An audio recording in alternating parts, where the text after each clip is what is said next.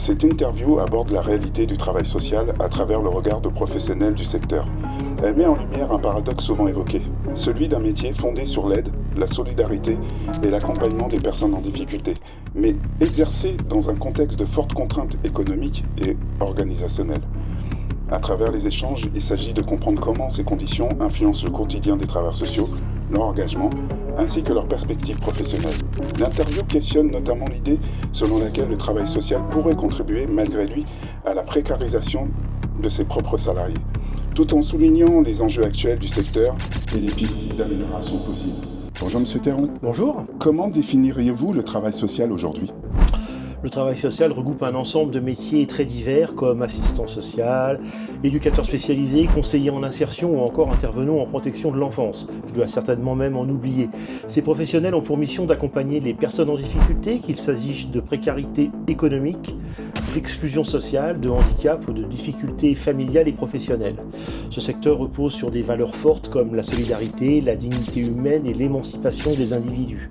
Les travailleurs sociaux jouent un rôle essentiel d'interface entre les institutions et les usagers, tout en apportant un soutien concret dans les situations de vie parfois très complexes. Cependant, ce domaine est aujourd'hui confronté à de nombreuses contraintes, notamment le manque de moyens, l'augmentation des besoins sociaux, la surcharge de travail et des réorganisations fréquentes des politiques publiques. Vous parlez que le travail social serait une fabrique de salariés paupérisés. Qu'en pensez-vous ?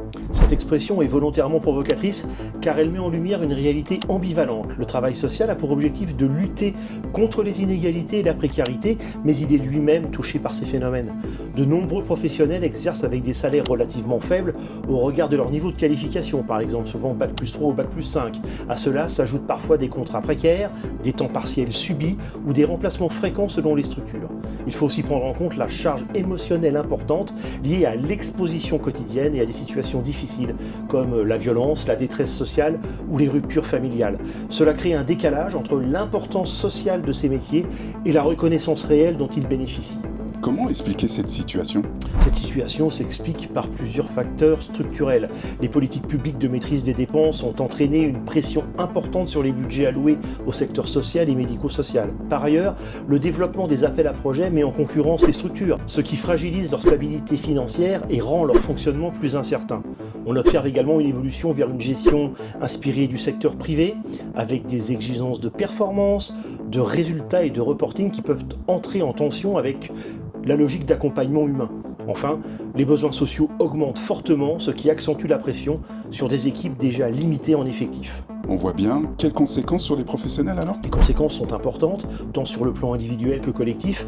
Beaucoup de travailleurs sociaux font état d'une fatigue importante, d'un stress chronique et parfois d'un épuisement professionnel. Certains évoquent également une perte de sens face à la multiplication des tâches administratives au détriment de l'accompagnement des personnes. Sur le plan des structures, cela entraîne un fort turnover, des difficultés du recrutement et une instabilité des équipes, ce qui peut nuire à la continuité du suivi des usagers. Malgré ces difficultés, l'engagement des professionnels reste très fort, souvent porté par le sens du métier et la relation humaine. Peut-on dire que le travail social est en crise ? Il est sans doute plus juste de parler de tensions structurelles durables que de crises ponctuelles. Le secteur du travail social n'a jamais été simple, mais les difficultés semblent aujourd'hui s'intensifier avec le temps. L'augmentation des besoins sociaux, la complexification des situations et les contraintes budgétaires créent une pression constante sur les professionnels. Toutefois, il ne faut pas réduire ce secteur à ces difficultés car il reste essentiel au fonctionnement de la société et à la cohésion sociale. Il permet d'accompagner les publics les plus vulnérables et de maintenir un lien social indispensable. Selon vous, quelle piste d'amélioration ? Parmi les pistes d'amélioration, la question des salaires apparaît comme centrale et prioritaire. Une revalorisation significative des rémunérations est indispensable pour reconnaître la réalité des qualifications, des responsabilités et de l'engagement des travailleurs sociaux. Rien, nada, jamais rien. Aujourd'hui, beaucoup de professionnels estiment que leur salaire ne reflète ni la complexité de leur mission, ni la charge émotionnelle du travail. Cette faiblesse salariale contribue directement au manque d'attractivité du secteur et aux difficultés de recrutement. Il y a des emplois à pourvoir dans notre secteur. La branche a perdu 25 000 emplois. Tout ça à cause de salaires qui ne sont pas attractifs.